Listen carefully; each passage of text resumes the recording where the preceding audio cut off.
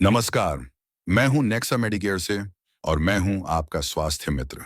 जठराग्नि part 3 में आपका स्वागत है।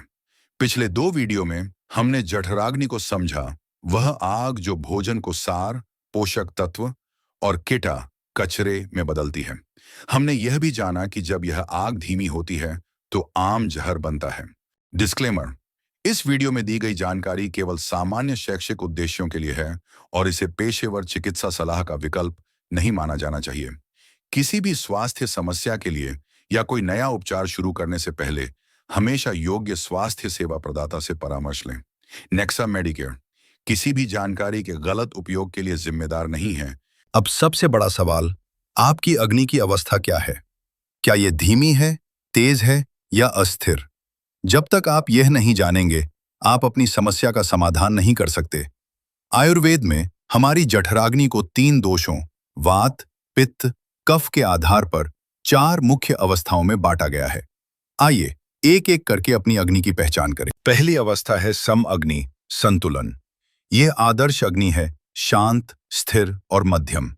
इसके लक्षण हैं: आपको सही समय पर तेज भूख लगती है, भोजन 4 से 5 घंटे में पच जाता है, जिसके बाद न गैस होती है, न भारीपन, न जलन। आप पूरे दिन ऊर्जावान महसूस करते हैं। ये सबसे अच्छी स्थिति है। इस अग्नि वाला व्यक्ति स्वस्थ, प्रसन्न और शांत रहता है। दूसरी अवस्था है मंद अग्नि, धीमी या मंद। यह आग कफ दोष के कारण धीमी पड़ गई है, जैसे गीली लकड़ी की आग।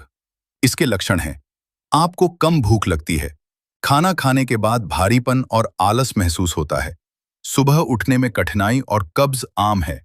यहीं से आम यानी टॉक्सिन्स बनने की शुरुआत होती है, क्योंकि भोजन पूरी तरह से पकता नहीं।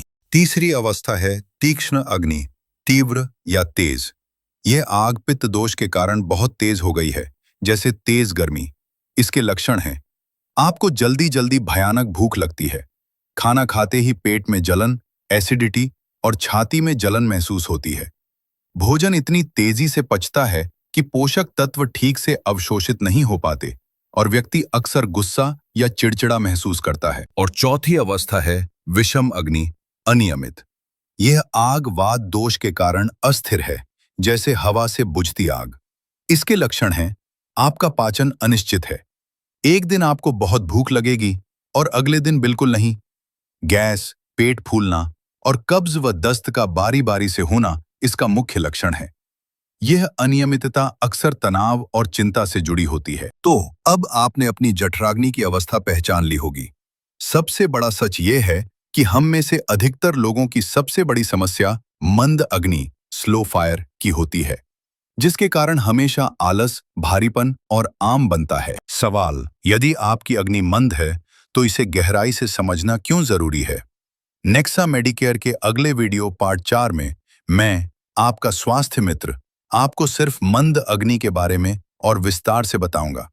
हम जानेंगे कि यह क्यों इतनी आम है और यह आपके शरीर को अंदर से कैसे प्रभावित करती है।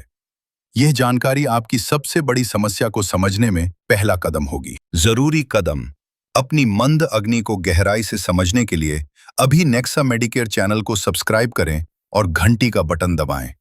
मैं हूं आपका स्वास्थ्य मित्र। अपनी अग्नि को हमेशा प्रज्वलित रखिए। नमस्कार।